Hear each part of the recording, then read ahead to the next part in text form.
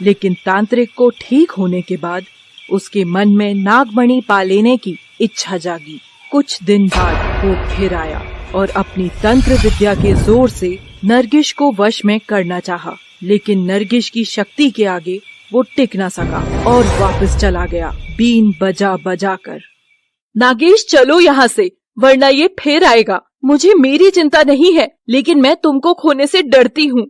नरगिस, लेकिन तुम तो जानती हो मुझ में अभी नागमणि की इतनी शक्ति नहीं है। वही शक्ति है जो तुमने मुझे दी थी, बस ये रूप बदलने की। और तुमने ही तो कहा था कि मुझे यहीं पर रहकर शिव पूजा करनी होगी। अभी 7 अमावस्या तक मुझ में भी शिव की कृपा से समझ शक्ति आ जाएगी। नागेश, तुम बोल रहे हो तो ठीक है, लेकिन हमें अब सावधान रहना होगा। नागेश निरूपा और रवीश की तरफ देखकर बोला। तांत्रिक जान गया था कि वो केवल तंत्र विद्या के वश से नरगिस पर विजय नहीं पा सकता, तो उसने कुछ लोगों का सहारा लेकर नरगिस को वश में करने की ठानी और वो फिर उस दिन वापस आया। उसके वापस आने पर नरगिस बहुत ही गुस्सा हो गई और नरगिस ने उसे मार डालने की ठान ली। और फिर एक बार नरगिस और उसका आमना सामना हुआ।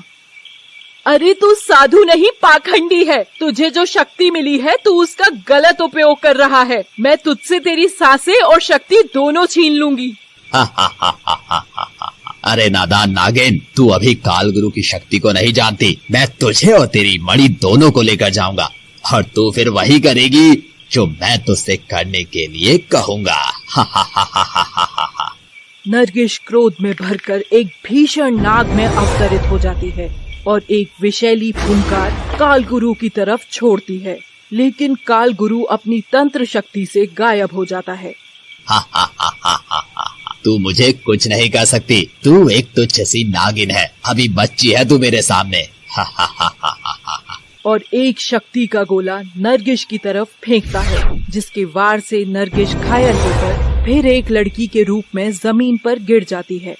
नागेश ये देख नहीं पाता और नरगिस को बचाने कालगुरु के सामने आ जाता है। कालगुरु, तुझे नरगिस को छूने से पहले मुझसे लड़ना होगा। अच्छा हुआ तू आ गया, तूने मेरा काम और भी आसान कर दिया बच्चे। और पानी पढ़कर नागेश के ऊपर फेंकता है। नागेश उसके इस वार से शक्तिहीन हो जाता है। कालगुरु, तेरी लड़ाई मुझसे है, नागेश से नहीं, रुक जा। मेरी लड़ाई किसी से नहीं, मुझे बस वो नागमणि दे दे नागिन, नहीं तो तेरे नाग को अपने साथ ले जाऊंगा, जिंदा नहीं मुर्दा। और फिर से एक मंत्र भरी फूंक नागेश की तरफ फूंकता है और नागेश एक बच्चा सा सांप बन जाता है। रुक जाओ कालगुरु, तुमको जो चाहिए मैं दूंगी, लेकिन नागेश को छोड़ दो। तेरा नाग तो शक्तिहीन हो गया है, अब ये नाग रूप से मनुष्य रूप कुछ ही समय तक ले पाएगा। अगर ज्यादा देर रुका उसी मनुष्य रूप पे तो ये जिंदा नहीं बचेगा। कालगुरु नागेश को मंत्रों से एक सोने के अंडे में कैद कर देता है। नरगिस उसे अंडे से बाहर निकालने के लिए वापस नागिन रूप बनाकर अंडे पर फुंकार मारती है, लेकिन कालगुरु के मंत्रों की शक्ति ज्यादा होने के कारण ऐसा नहीं कर पाती। तो तू ऐसे नहीं मानेगी, ले तेरे नाग को ही खत्म करता हूँ। रुको कालगुरु, वचन दो कि नागमणि मिलने पर तुम मेरे नाग और मुझे छोड़कर चले जाओगे। ठीक है नागिन। नरगिस नागमणि को एक पत्थर पर प्रकट करती है, लेकिन